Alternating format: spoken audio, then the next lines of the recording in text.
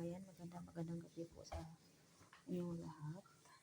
Ito po ang ginagawa ko pagkatapos ng paglinis po sa second floor.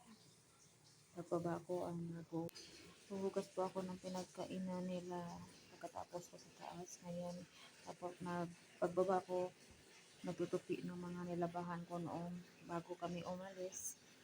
Pinatupi ko kanina. Tapos na po, naligpit na. Ngayon, nagpa-plansya na naman po tayo ngayon, guys. So, ang dami kong plansyahin, mga guys.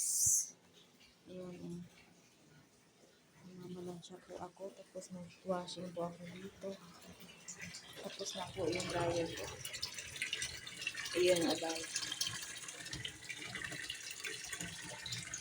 Isasampay ko naman yan. May nasampayan dyan. Ganito po ako dito, guys. Ito po yung ginagawa ko. Kaya yung kamay ko po lagi namamanhid. Tapos magluluto, mabasa ng tubig, plansya ulit. Tapos ulan din po nag-arrange ng mga gulay. Kaya ito na naman. Nag-upisa naman po yung kamay ko na nanakit. Na lang po. Sobrang manhid talaga, guys. Parang ganyan siya sa ilalim. Sobrang sakit ng dalawang kamay ko kasi ganito. Hindi pa natapos yung lansahin. May ano naman ako sa washing, ginagawa sa washing. Mag-dry na naman ako kasi tapos na po yung puti. I-dry ko naman po yung abaya. Tapos salang na uli. No?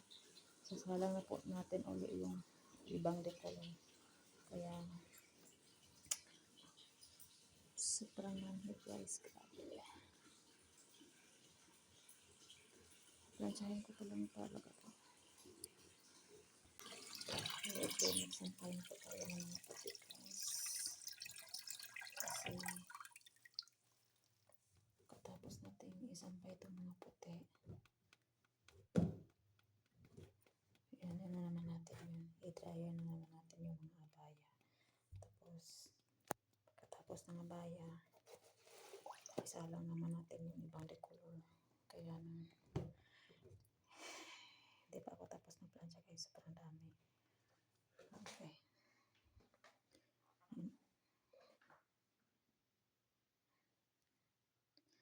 Grabe yung ano ko, guys. Hindi ko ma-explain yung sakit ng aking kamay, guys. Tapos may nasampay na po ako nilabahan kanina. Sige na po, guys. Babay na po kasi ang dami ko pong gagawin. Sobrang madaling araw na siguro ako makatapos na ito. Alas 11 na po ng alas 11:13 na po ng gabi. Naglalaba pa, nagpa-plansya pa. Tapos magsasambay pa ako. Kaya pasensyahan niyo na po yung boses ko kasi nasa labas kasi sila ng pintuan. Paglabas ng room ng labahan ko. Nandyan kasi yung mesa, nandyan sila nakaupo, nagkape. Kaya pasensyahan niyo na po yung boses ko. Hindi pwedeng sumigaw dito. Dami ko pang plansyahan, guys. Sobrang init ako. Sunog po ito ng laruan ng aking alaga. Pinaplansyan niya yung laruan kaya nasunog. Hindi natanggal. Kahit ano kung gawin dyan. Hindi talaga matanggal siya kasi yan, plastic. Pero hindi naman siya dumidikit sa mga puti na pinaplansya ko. Ayun, guys. Magsasampay na si ako. Bye-bye muna, guys. Bye.